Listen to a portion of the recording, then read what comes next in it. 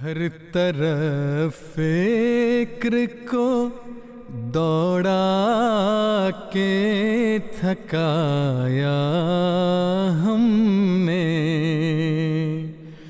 कोई दीदी ने मोहम्मद सा न पाया हमने।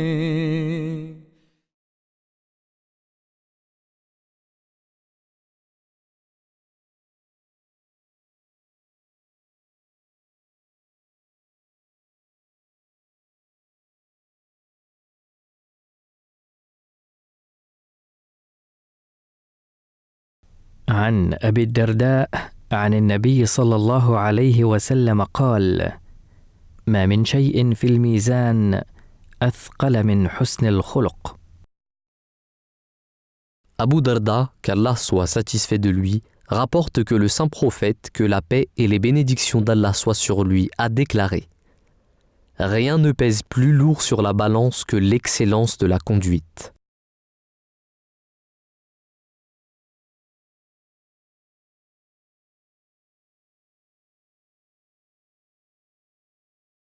Chers téléspectateurs, Assalamu alaikum wa rahmatullahi wa barakatuhu. Bienvenue dans ce nouveau numéro de Lumière sur Hadith, cette émission qui est consacrée à l'étude et à l'analyse d'un hadith que l'on met en perspective avec des versets du Saint-Coran et avec d'autres hadiths du Saint-Prophète Mohammed sallallahu alayhi wa sallam. Chers téléspectateurs, comme vous le savez, en Arabie, au 7e siècle, l'islam est arrivé et a apporté un changement colossal dans la société de l'époque.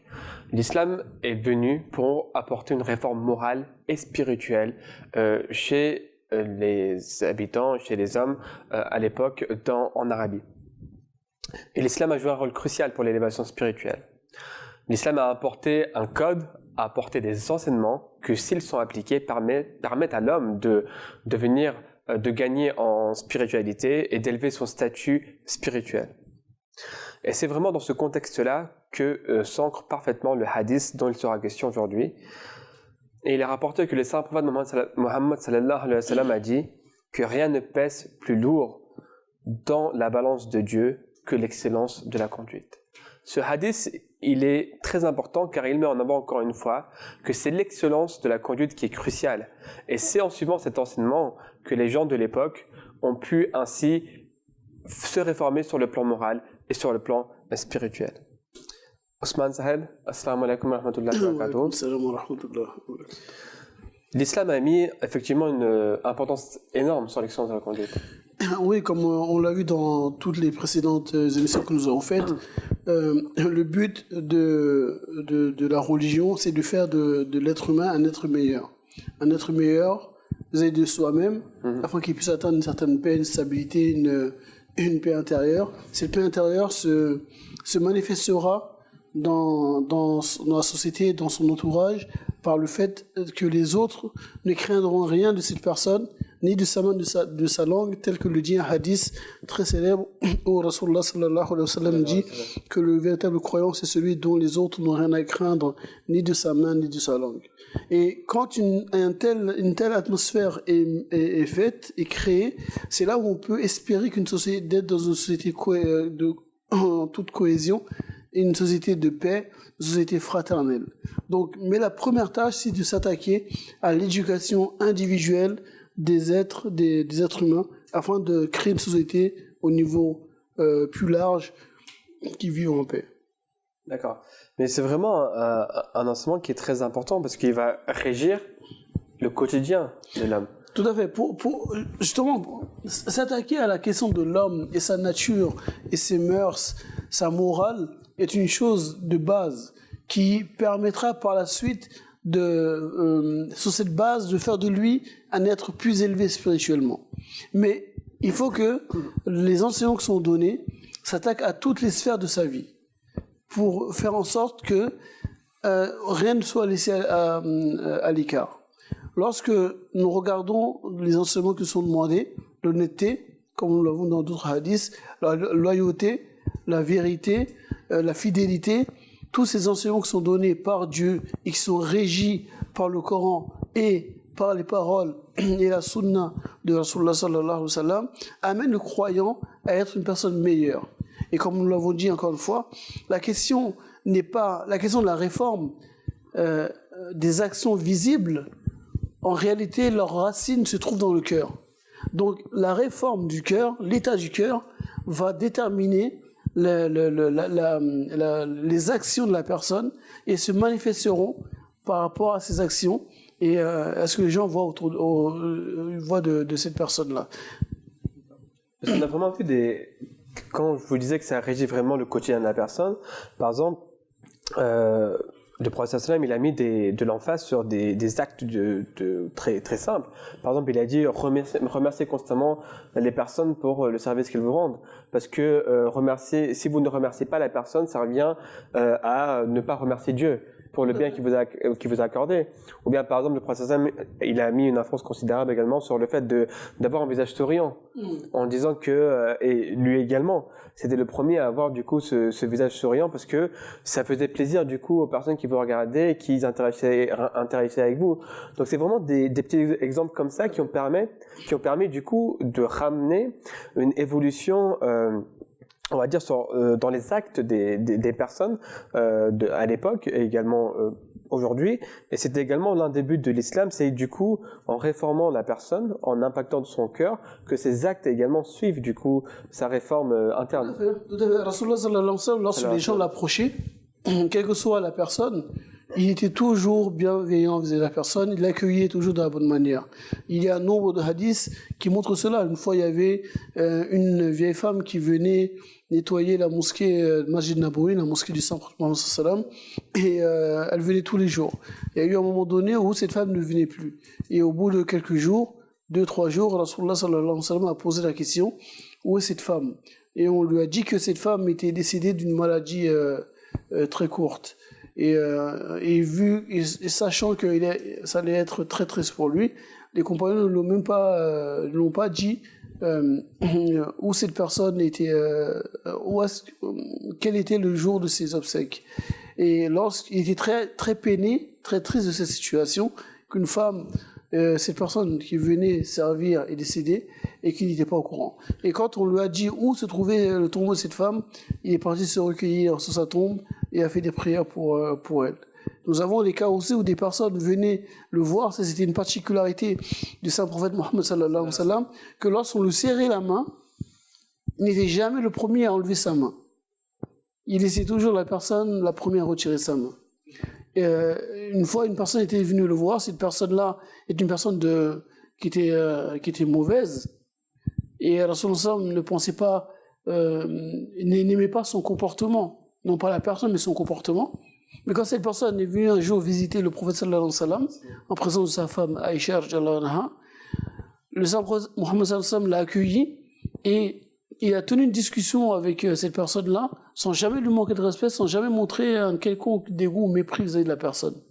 Et quand il est parti, sa femme Aïcha radhiyallahu anha a dit, mais Rasulullah sallam, vous avez été très avenant avec cette personne, malgré que vous n'aimez pas ses manières. Il a dit, mais n'est-ce pas de mon rôle d'être bienveillant envers chacun et chacune? Voilà le comportement du croyant. Le prophète sallallahu l'islam nous a édicté des manières, une éthique à respecter. Le Coran l'a énoncé. Le prophète l'a mis en application. C'est de ça qu'on parle de la sunna. Le prophète sallallahu alayhi wa sallam, il est la personnification des enseignements islamiques, l'application des enseignements islamiques. Il nous a montré, au-delà de nous enseigner, il nous a montré par son comportement à lui qu'il y avait une parfaite concordance entre ses paroles et ses actions. Et les compagnons et les musulmans, les non-musulmans, étaient tous témoins de cela, qu'ils soient croyants ou non croyants, qu'ils aiment Mohammed sallallahu alayhi wa sallam ou qu'ils ne l'aiment pas, ils témoignent tous de cela. Je terminerai cette dernière anecdote. C'était lorsque Abu Sufyan, qui avant sa conversion, ils sont partis voir le César à Rome, et lorsqu'il lui posait des questions sur le Saint-Prophète Mohammed sallallahu alayhi wa sallam, il disait, est-ce que cette personne-là a déjà trahi un pacte? Est-ce qu'il vous a déjà menti? Est-ce qu'il vous a déjà trompé? Malgré qu'il était opposant et qu'il avait combattu et qui continue à combattre à ce moment-là. Il était parti pour chercher à opposer le prophète. Il lui a dit non. Il nous demande d'abandonner nos dieux, il nous demande de dire la vérité, et ainsi de suite. Donc, même les opposants reconnaissaient qu'il était quelqu'un de bon dans son comportement, dans ses paroles. Certes, il était contre leur divinité, contre leur pratique qui était barbare, contre leur indiscipline. Mais jamais il ne pouvait lui reprocher d'être inhumain. Le prophète sallallahu alayhi wa sallam a toujours mis en avant de protéger les orphelins, les femmes, les veuves, d'aider le voyageur, d'aider les personnes qui n'avaient pas de moyens, les miséreux. Il demandait de les inviter. Exemple, il a mis des règles en place, notamment cette question de pendant les mariages, faites des mariages, vous invitez les pauvres à venir manger. Et non pas, le but c'est ça, c'est qu'aussi les personnes qui n'ont pas les moyens de manger à leur faim tout le temps, dans les occasions du mariage, Plus également profiter de ce genre de réception. Tout à fait. Mais on a énormément, là vous avez mentionné des exemples concrets, on voit vraiment comment les actes du prophète sallam influaient aux alentours, parce que sa renommée, du coup, elle outrepassait l'Arabie. Et les gens qui étaient dans les différentes contrées aux alentours étaient en fait, ils avaient écho de sa renommée. C'est quelqu'un qui était bon, qui était clément, qui était très généreux, qui aidait les pauvres, les veuves, etc. Et par exemple, quand vous avez évoqué le cas de cette dame qui balayait devant la mosquée, on en trouve également d'autres exemples où en fait le comportement du prophète sallam a permis d'arriver d'impacter le cœur des gens. Par exemple, il y a cette anecdote qui est très célèbre, où en fait lorsque le prophète sallam y allait à la mosquée, il y avait une femme qui avait pour coutume de jeter des détritus sur lui. Et un jour, en fait, il est passé par là, donc il supportait avec patience cela, et un jour il est passé et il n'avait pas reçu de détritus en fait sur lui. Et en fait, il s'était inquiété, il a du coup demandé à ses compagnons, même si c'était désagréable pour lui quand il recevait des détritus, mais là, le fait qu'il en ait pas reçu lui a conduit au fait qu'il demande du coup à ses compagnons, mais est-ce que cette femme va bien, tout va bien pour elle, etc. Et le prophète sallam et les compagnons du prophète sallam lui ont fait part qu'elle était malade. Oui. Et du coup, en fait, il est parti la visiter, prendre de ses nouvelles, et ça, c'est un impact énorme sur cette personne-là. De même, il est rapporté que souvent les gens ils disaient attention, si vous allez à la Mecque ou si vous allez à Médine, ne vous approchez surtout pas ne vous approchez pas d'une personne qui s'appelle à telle personne qui s'appelle Mohammed, qui sont prophètes, parce que s'il vous parle ou s'il discute avec vous, il y a une magie qui va en fait s'emparer, qui va du coup se manifester sur vous, et du coup vous allez tomber dans son piège. Et là, il y a une femme il s'est rapporté qu'il y avait une femme du coup qui était venue, et le prophète sallallahu alayhi wa sallam, du coup, il avait aidé à porter ses affaires, etc. Et du coup, ils ont discuté. Et cette femme, qui ne sachant pas que c'était le prophète sallallahu alayhi wa sallam, lui dit oui, j'ai entendu dire qu'il y avait un magicien et qu'il fallait surtout pas que je lui parle. Et comme ça, ensuite, dans le cas de discussion, ils sont arrivés du coup à destination. Et là, le prophète sallallahu alayhi wa sallam a dit à cette femme c'est moi, Mohammed.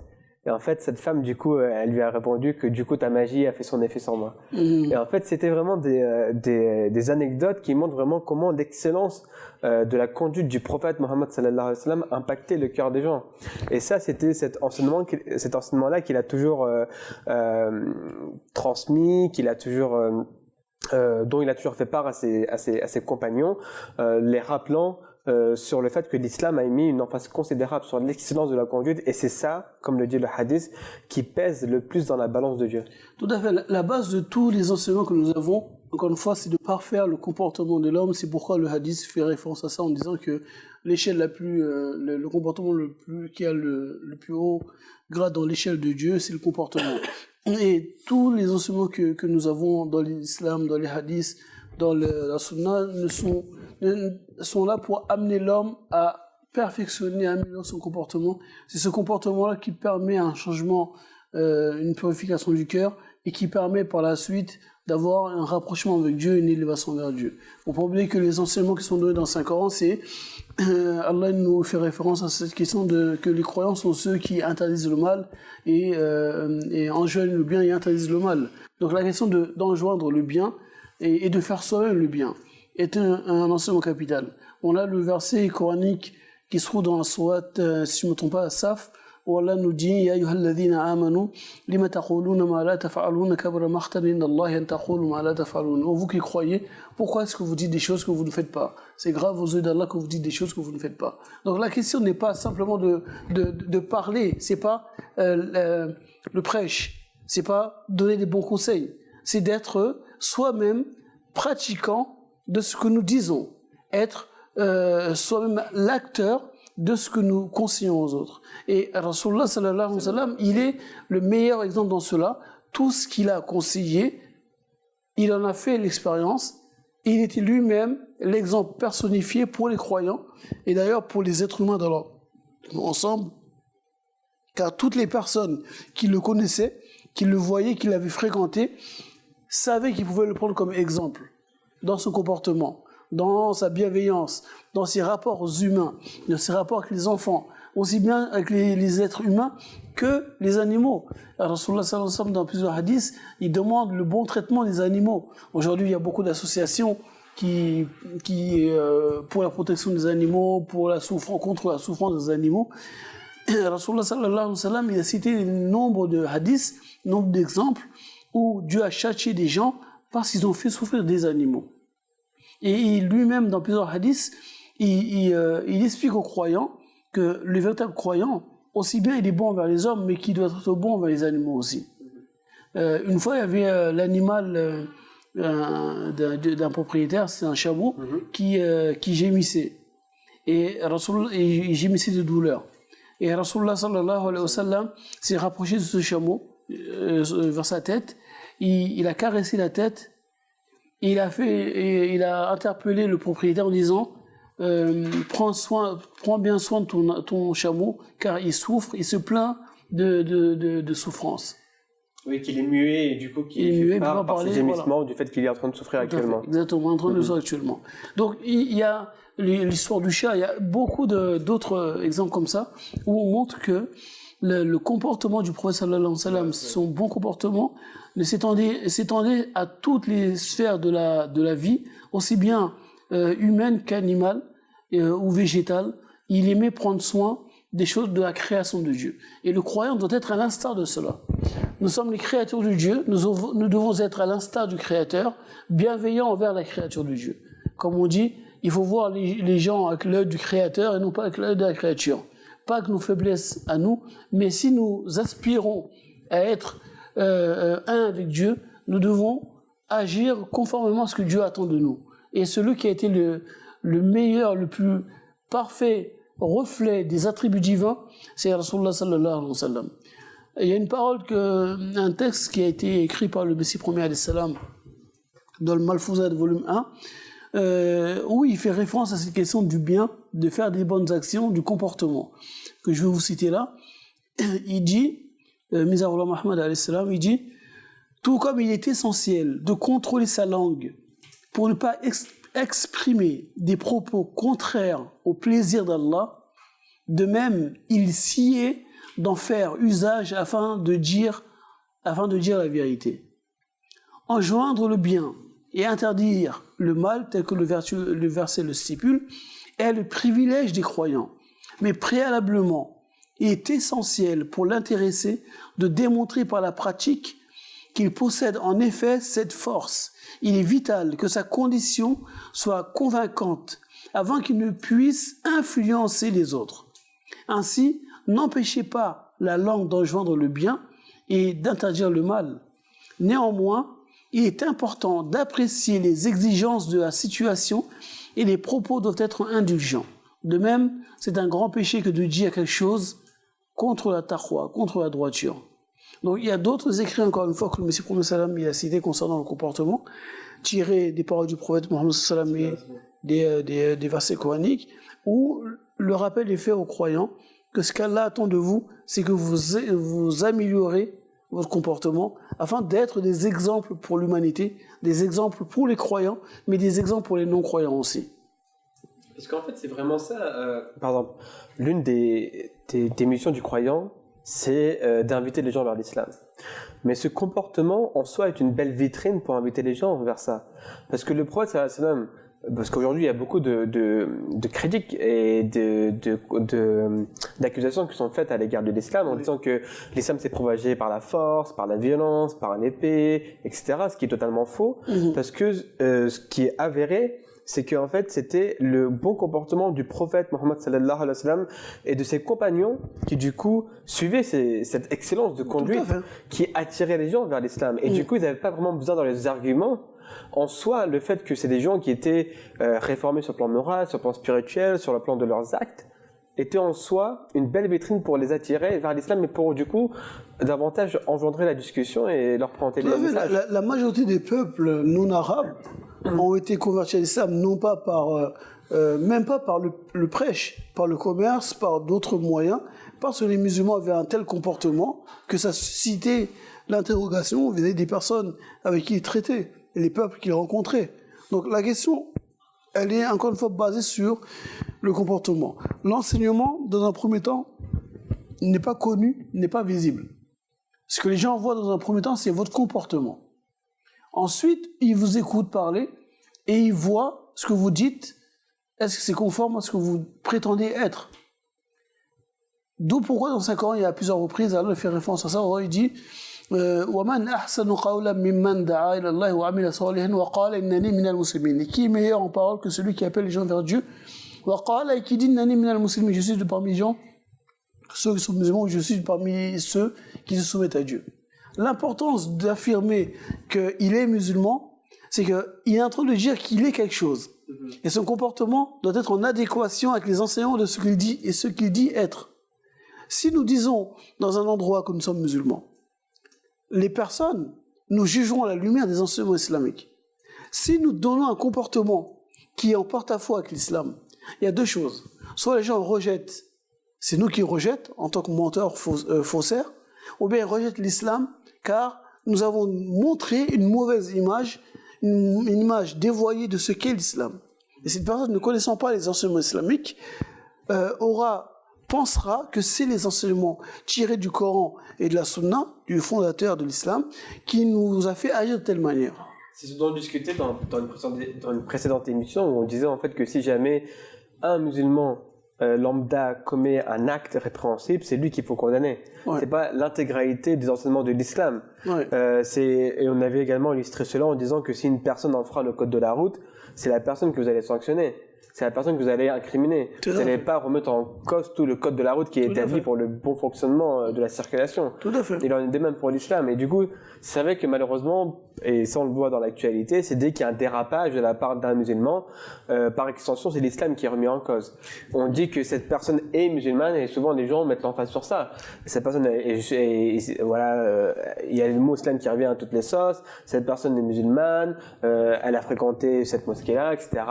Et ils vont pas juste prendre ça comme un cas isolé, le traiter comme un cas isolé, mais incriminer l'ensemble de la croyance islamique. Je discutais avec une collègue au travail et justement quand on discutait de la question de l'islam, posait des questions sur l'islam, je lui disais que les premières victimes de ces personnes qui se prétendument musulmanes, qui tuent à tout va les personnes et qui ont un comportement qui va à l'encontre même de nos enseignements, sont les musulmans eux-mêmes, les premières victimes.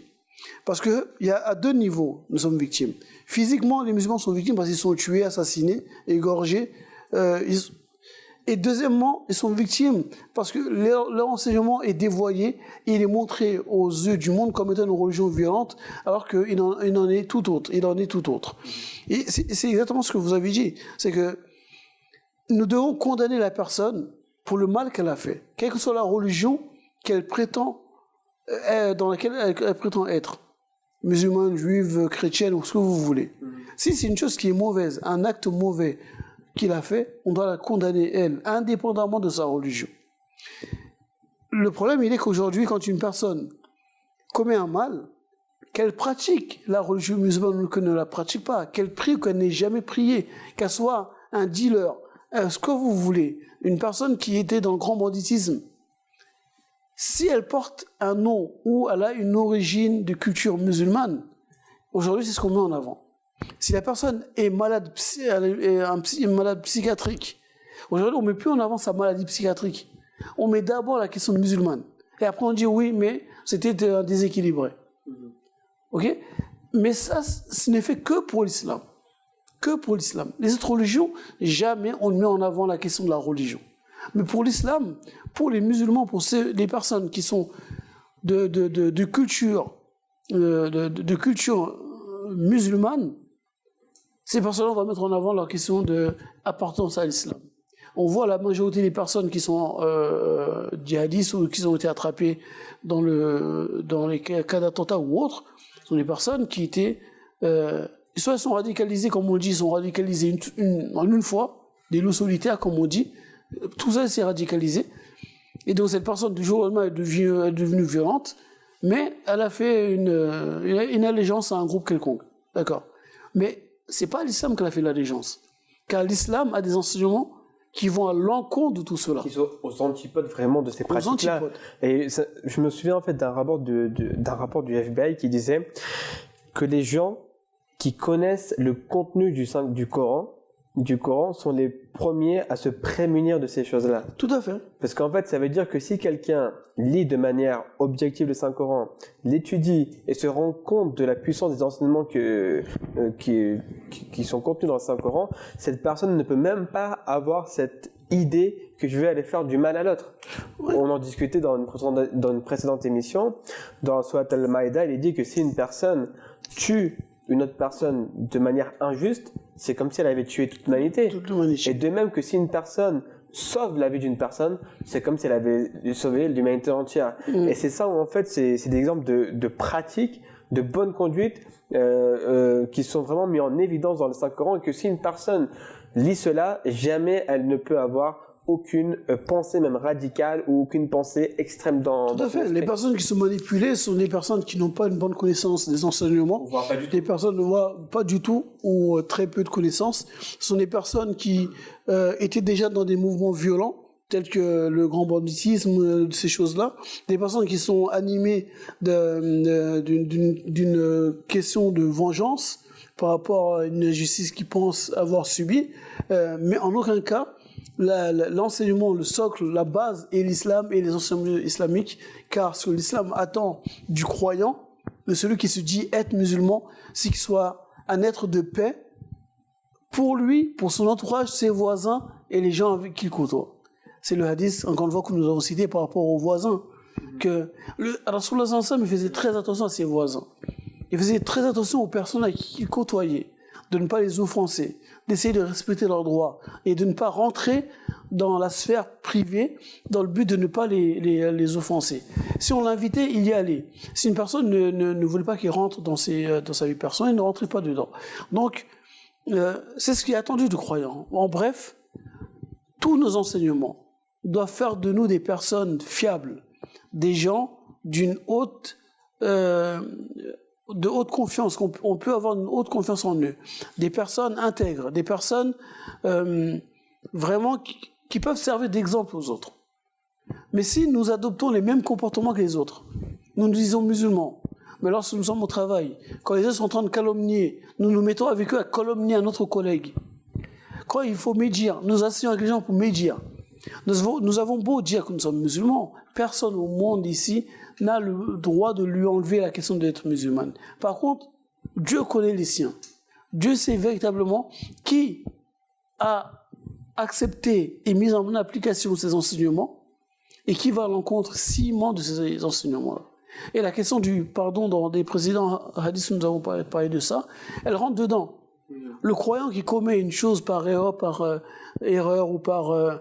il veut se repentir, il a du remords, lui est pardonné. Et la faute lui est couverte. Mais il doit avoir cette intention pure de ne pas recommencer le tort qu'il a fait. Le croyant doit être toujours dans cette situation. Quel que soit, il n'y a pas de petites actions ou de grandes actions. Dans l'islam, même les petites actions ont une importance. Exemple, Rasulullah sallallahu alayhi wa sallam, il dit que lorsque vous voyez un obstacle sur la route qui pourrait être un danger pour les passants, enlevez-la. Si vous voyez une pierre sur la route, prenez-la et mettez-la sur le côté. S'il y a une épine, enlevez-la. Ça fait partie des qualités du croyant. Donc le sourire, comme vous l'avez dit, vous voyez accueillir les gens avec le sourire, malgré vos problèmes, vos difficultés. Quand on vous demande d'aider malgré vos propres problèmes, acceptez d'aller aider autrui. Le croyant doit être toujours disponible du mieux qu'il le peut afin de servir les autres, de les aider dans leurs difficultés, de par ses moyens matériels et ses moyens physiques. Très bien. Jazakumullah pour ces explications. Donc, chers téléspectateurs, comme vous l'avez vu, l'islam met une emphase considérable sur la bonne conduite. Et de nombreux hadiths dont nous avons déjà discuté dans les émissions précédentes rappellent cela. C'est qu'un musulman doit être la vitrine de l'islam. Il faut que par ses enseignements, par sa pratique, par ses actes, les gens aient une vision globale des enseignements de l'islam. Et c'est ça qui est vraiment très important aujourd'hui. Et c'est pour cette réforme morale et spirituelle que le prophète sallallahu alayhi wa sallam était venu, qu'il a été envoyé au monde pour ramener ses bienfaits à l'humanité. Et donc c'est un grand devoir pour nous musulmans que de comprendre ces enseignements-là et de les mettre en pratique. Parce que si on les met en pratique, on va d'emblée attirer les gens parce qu'ils vont être du coup attirés par la beauté de ces enseignements-là. Et du coup, ça va nous aider à rentrer dans une conversation avec eux pour pouvoir leur présenter l'islam, pour pouvoir leur présenter les beautés de l'islam et pour pouvoir aussi leur présenter que l'islam est une religion qui est complète, qui est un ensemble de codes, d'enseignements et qui ont juste, et nous en avons déjà discuté par le passé, qui ont juste pour objectif de pouvoir réformer sur le plan moral et spirituel l'homme, mais également pour pouvoir apporter une stabilité et une paix pérenne dans la société. Avec cette conclusion, chers téléspectateurs, je vous dis à très bientôt pour un nouveau numéro de Lumière sur Hadith. Assalamu alaikum wa rahmatullahi wa barakatuh.